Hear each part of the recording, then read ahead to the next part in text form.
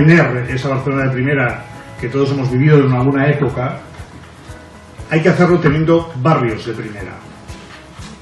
No es concebible, no podemos pensar en una Barcelona que le vaya bien, una Barcelona que dé oportunidades a la gente, una Barcelona que no expulse vecinos y vecinas de sus barrios, una Barcelona segura, una Barcelona con oferta cultural, una Barcelona con esports base, para mí fundamental, si eso no se hace desde los barrios, para los barrios y poniendo los barrios en primer lugar.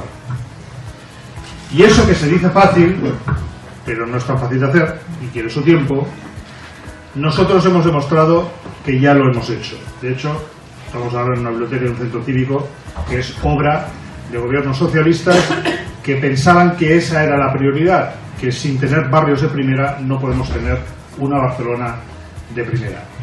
Volver a hacer seguridad, volver a hacer políticas sociales, volver a hacer vivienda social. Todos estos volver es en definitiva la idea de que vuelva a Barcelona. Barcelona ha sido la gran ausente probablemente durante estos años, 8 años diría yo, no solo han sido los 4 años del gobierno Colau, sino los 8 años en los cuales no ha habido alcalde socialista en esta ciudad. La ciudad s'ha parat.